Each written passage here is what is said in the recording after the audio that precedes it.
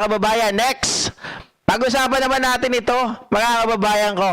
Etong si Robin Padilla, mga kababayan, ay nakatikim po ng real talk doon sa mga kababayan natin. At sinabihan po ito na latang walang laman. Bakit kaya sinabihan na latang walang laman itong si Senator Robin Padilla? Mga kababayan, mga ka-GP Natics, nung nakaraan kasi, naaalala nyo yung gumaganong-ganong pa si Robin Padilla na parang tinatakpan-takpan niya yung kanyang pagmumuka? Di ba? Na sinasabi po niya sa Quadcom, ang lahat daw ng ginagawa ng Quadcom ay puro pagkukunwari at puro kasinungalingan. Naalala nyo po yon? Yung sinabi na yon ni Robin Padilla? Mga kababayan, ito po yon. Ito yon. Yan. Yan ang sabi niya. O GP, di ko mabasa. Ito, sabi niya, hindi po kami sang-ayon sa ginagawa ng Quadcom. Pero syempre, bilang isang mambabatas din, kung ano man po yung gusto nilang hakbangin, gawin po nila. Pero kami sa PDP, sinasabi namin na isa itong malaking kasinungalingan. Hindi namin matanggap or matatanggap ang aming chairman ay ma-involve sa ganitong kaso na sinasabi nila it's a big lie. Sino ba yung chairman nila, mga kababayan? Si dating Pangulong Rodrigo Roa Duterte. Hindi raw nila matanggap. Hindi nyo matanggap, bakit? Alam mo ba, Robin, ang lahat ng ginagawa ni Digong? E di sana nag-apply ka sa kanya, personal bodyguard, para malaman mo, kagaya ni Bongo. Di ba? Ngayon, mga kababayan, dahil nga sa pagtatanggol nitong mga ito, na nakikita na natin sa Quadcom na ang tinuturo ng lahat ng mga ebidensya ay patungkol kila Duterte, kay Tandang Digong, ay hindi pa rin naniniwala si Robin. Kaya ngayon nainis na po ang isang loyalist. Diba? Isang loyalista.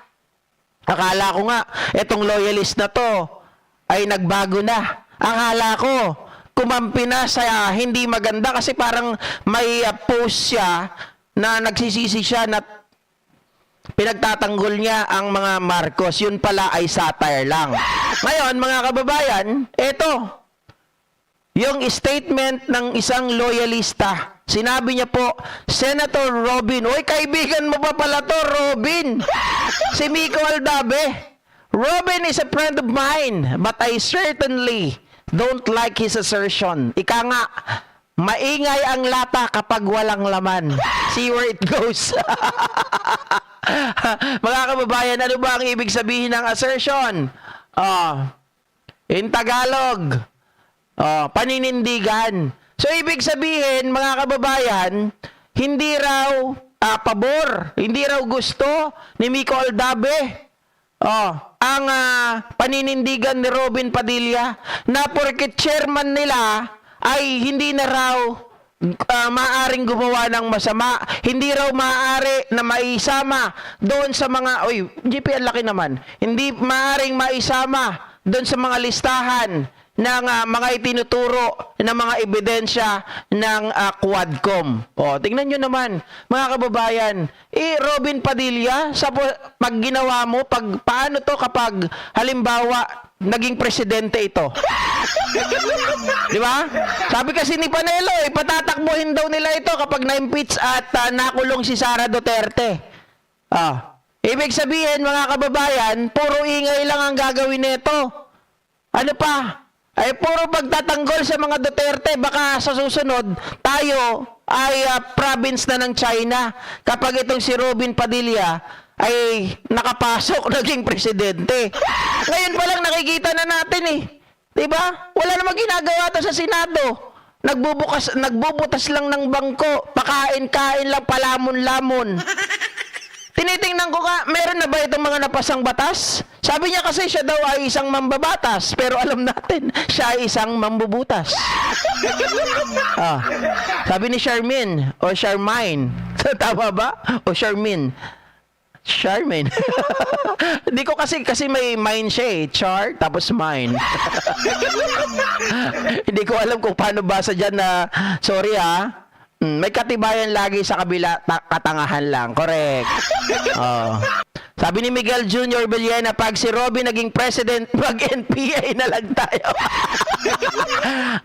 Ronald Amoroso, pwede manalo yan sa panaginip. Sabi ni Daisy Cruz. Diba? Hindi nga marunong gumawa ng report. Magiging presidente pa. Ma'am Yuki Sawaki. Kahit na hindi marunong gumawa ng report, sabi nga niya ni Robin Padilla, makikipag-usap na lang ako sa abogado ko. Nung sinabi niya yun, narinig ko, ay, nako, sabi ko, sana abogado mo na lang, pinatakbo mo. Sayang ang slot mo, sayang ang oras. Kasi every time na ikaw ay kakausapin, every time na may gagawin na batas, okay lang sa manggunay sa abogado, pero hindi pwedeng abogado lahat ang gagawa para sa'yo. Di ba? Norita Cantal, how can he be a president? He doesn't even know how to speak English. Sabi nga po niya, Ma'am Norita Cantal, mayroon naman daw po siyang abogado. May abogado naman daw siya. Kaya sabi ko, abogado mo na lang sana pinatakbo mo. Maria Maldita, I move, tapos ang usapan. Gina Konsunhi, walang circular sa pamunuan na mag-rally. Okay lang po. Gina Konsunhi. Alright? Aurelia Adena, GP, pag si Robin ang naging presidente, sabog tayong lahat. Di ba? Mga kababayan. Nako, pag si Robin Padilla ang naging presidente, ang unang isusulong niyan, yung marijuana gawing legal. Di ba? Yan ang gagawin yan. Ang marijuana gawing legal.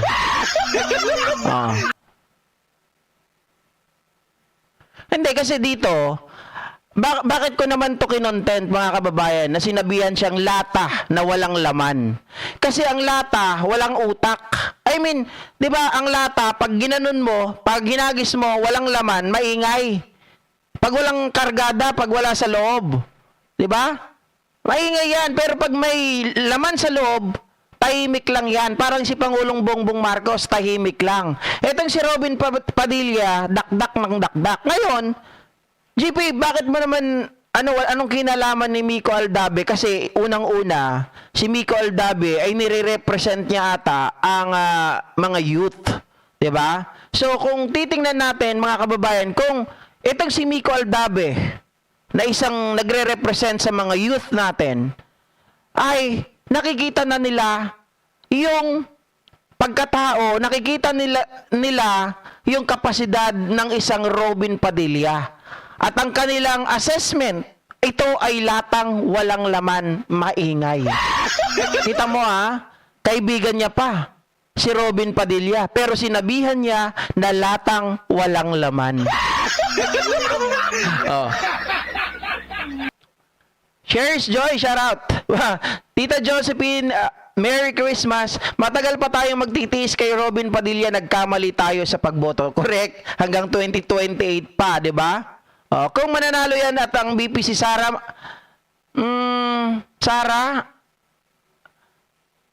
alaman na mag-resign si Padilla at ipalit si Sara. Teka. Pwede. Posible. Pwede. May possibility, Gina Consunhino, kapag tumakbo na presidente si Robin, tapos vice president si Sara, at nanalo si Robin, pwede siyang mag-resign. Tapos si Sara ang papalit. Pwede nga yun. Diba? Dadson, illegalize niya rin ang pagbitbit ng baril dyan. Dyan siya nakulong. Legal naman ang pagbitbit ng baril as long as meron kang permit to carry. Diba? Kaya lang, sa kanila, hindi ko alam kung paano gagawin nila dyan. Baka mas pabibilisin nila yung pagbibitbit, yung proseso. Hindi natin alam. Idol, pag si Robin naging presidente, bubuo ako ng samahang Hokbalap. Florencia Danias. Kung siya man lang, kay Pacman na lang ako. Correct. Kung siya man lang, kung si Robin, ang pag-uusapan, kay Pacman na lang din ako. Diba? Si Pacman, nag-aaral. Nakikita natin na talagang siya ay willing matuto. Si Robin Padilla, anong niya? Kung si Pacman willing matuto, si Robin willing mabobo. Bakit willing mabobo?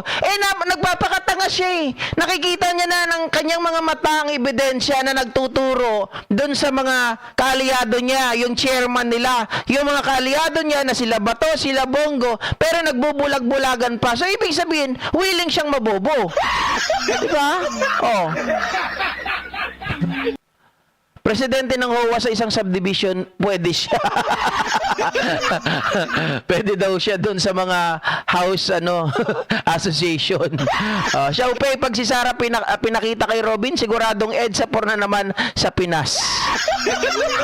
Pinakita o pinalit? Aha.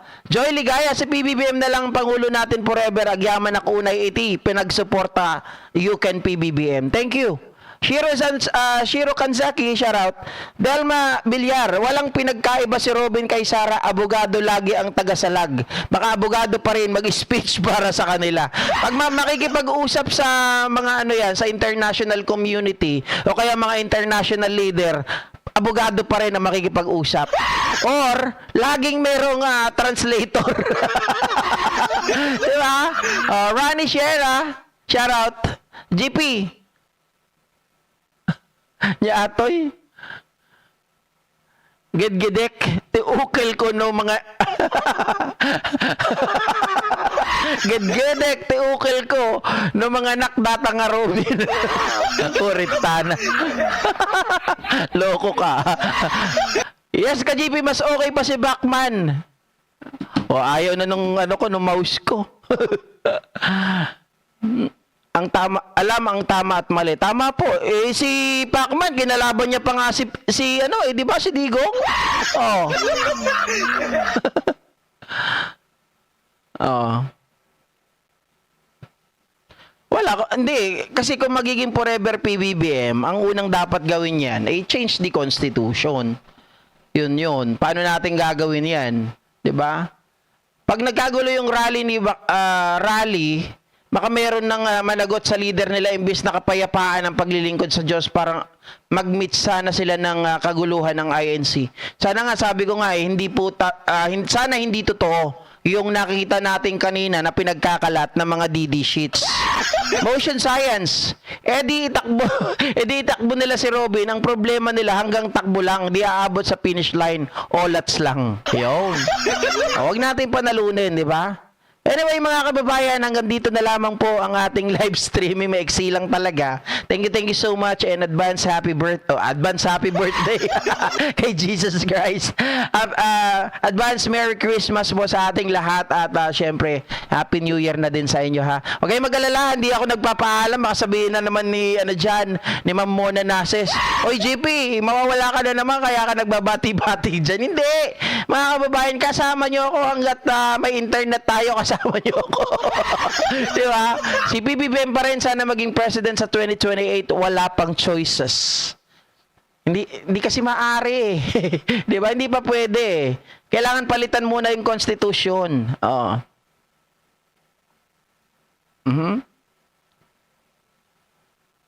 Hindi, si speaker kasi medyo mahina pa siya sa tao. Totoo yan. Hindi po sa kinakalaban ko si speaker Tapos yung mga nakapaligid kay speaker, medyo naaasar ako. Bakit? Sino yung mga yung PR niya? Naalala nyo yung ganon. Parang tanga talaga si speaker doon. Hindi ko talaga gusto yon. Kasi bago sana nila nirelease, alam naman nila yung si speaker, pag Tagalog, maiksi yung dila. Hindi nakakapagsalita ng straight Tagalog. Sana may rehearsal muna. Diba? Inilabas nila yun. Nagmukhang tanga tuloy si speaker. Kawawa naman. Wanderlust Diary, ingat lagi ko. Greetings from Florida. Thank you so much po sa inyo dyan sa US of A. Right? Bye guys. See you. Yes, kulang sa charisma si speaker. At lalo na may mga issue. Hindi na sa issue, okay lang nasagot na yung issue Yung charisma. At yung kailangan yung mga PR niya, palitan. Dahil di marurunong. Diba? Kulang. Hindi marurunong. Emily Zibagan, though late, I was able to listen to your blog now. Thank you so much, Ma'am Emily Zibagan. Right?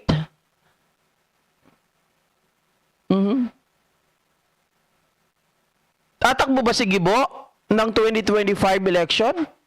2028? Same Wanderlust si Gibo and si SMR, walang PR sa tao. If they really wanted to run as the president of 2028, they should be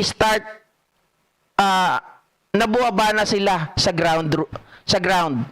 grassroots. Kasi kung hindi sila tatakbo, hindi sila lalapit, kung 2027 pa sila lalapit, wala pong magyayari. Dapat ngayon, nakikita na sila. Kung gusto talaga nilang tumakbo maipakita na nila na malapit sila sa tao or malapit sa tao. Kasi kapag hindi, wala po. Parehas kayo, ilang beses na tumakbo ng president si Gibo. Ilang beses na yan. Si Gibo, sa pagka-senator, ilang beses na rin yan. Walang nangyayari kasi kulang sa PR, kulang po sa karisma. Hindi sila malapit sa tao Hindi ko sinasabi na hindi malapit sa tao, pero hindi sila nakikita ng tao sa grounds. Hindi sila nakikita ng tao sa grassroots. So yun dapat. Oscar Chongko, sa bagay ka GP. Sa bagay ka GP. Okay. Opo, sayang yung husay. Tama. 'Di ba? Kasi dapat 'yun ang sinasabi namin Alam nyo kaming mga vlogger, hindi lang naman kami tumitingin sa views.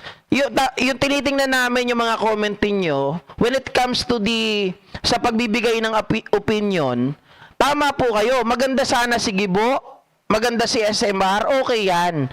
Pero kung gusto nilang tumakbo, dapat umaksyon na sila ngayon. Lumapit na sila sa tao. 'Di ba? Hindi pwedeng 2027 pa sila lalapit sa tao. Hindi pwedeng ganoon. Kailangan maayos, kailangan nakikita lagi sila sa mga disaster, sa lahat ng mga lugar, kahit wala pang di ba? Pagsimula na sila na lumapit, kunin nila yung loob ng tao. Pag hindi nila ginawa yan, walang panalo. Si Robin Padilla, artista yan. Kilala na yan. Yung iba pang mga artista. Kaya may tulog kapag halimbawa lumaban si SMR, si Gibo kay Robin, mananalo si Robin. Talo to mga to. Kahit anong talino ni Gibo, anong talino ni SMR, kapag hindi sila bumaba sa grounds, wala pong mangyayari. Mona Nases, good morning. 'Di ba? Kailangan po nilang lumapit talaga. Yan lang ang paraan. Ipakita nila na sila ay malapit sa tao, sila ay mapagmahal sa tao. Otherwise, wala. Tulog. Tama, Corazon Cruz. Pilipino kasi ang binoboto yung magaling mambola at yung kumakanta. 'Di ba? Sabi ni London Dolozzi, SMR is a unifying leader. Correct? Unifying leader. Magaling si SMR. Pero, paano siya kukuha ng boto? 'Di ba? Paano siya kukuha ng boto? Kailangan ilapit pa nila sa tao. Sabi na, I don't have in mind who can follow PBBM up as of this time. Sino kaya ang pwede? Ako sa totoo lang, Ma'am Emily Sipagan, right now, I'm really thinking of one person. Ang pwede na nasa aking isipan talaga, si Congresswoman Jinky Luistro. Kaya lang, kay Jinky Luistro, masyado pang, masasabi natin kasi second year pa lang niya, o second term, magsi-second term sa Congress. So, medyo bubut pa ng konti. Pero sana ito, sinasanay na nila. 'Di ba? Talagang pumupunta-punta na sa ibang mga lugar. Kasi ito yung nakikita kong talagang magaling. Talagang pwedeng mamuno. 'Di ba? Yung popularity ni Jinky Luistro talagang lalawak pa yan. Ngayon, hindi pa siguro siya masyadong kilala sa Mindanao, but eventually, pwedeng-pwede. 'Di ba?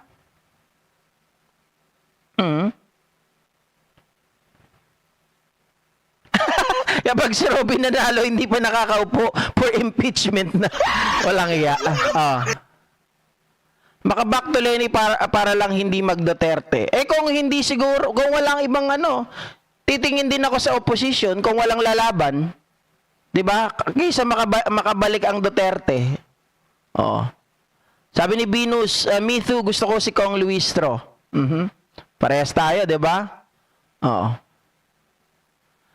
Sabi ni London Dolozzi, SMR has the ability to inspire leaders like the congressmen.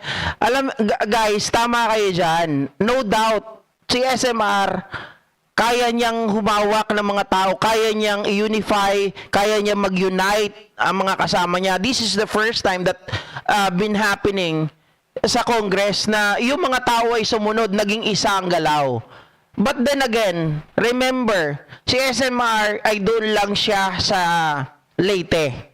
'Di ba? Hindi naman siya binoto ng lahat ng kabuuan ng Pilipinas. 'Di ba? Doon lang siya sa Leyte. Now, mga kababayan, iba pa rin yung national talaga. Kaya sabi ko nga, the only way na mapalapit si SMR at makakuha ng maraming boto if in case that he wanted to run as president in 2028, he should and he must be in the ground. 'Di ba? Dapat lumapit na siya.